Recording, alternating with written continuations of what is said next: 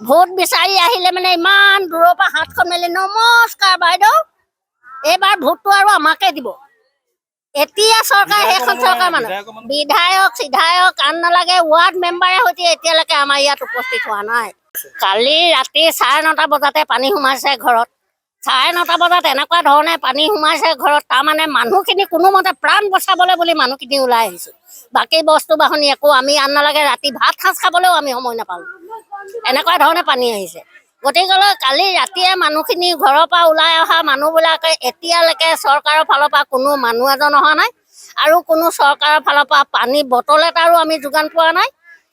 গতিকেলৈ এইবাৰে ভোটৰ যি পালে আৰু নেক্সটবাৰ আৰু আমাৰ এই চুকটোত ভোট বিচাৰি ৰাইজ অহাটো আমি ভোট বিচাৰি আহিলে মানে ইমান দূৰৰ পৰা হাতখন মেলি নমস্কাৰ বাইদেউ, এইবাৰ ভোটটো আৰু আমাকে দিব।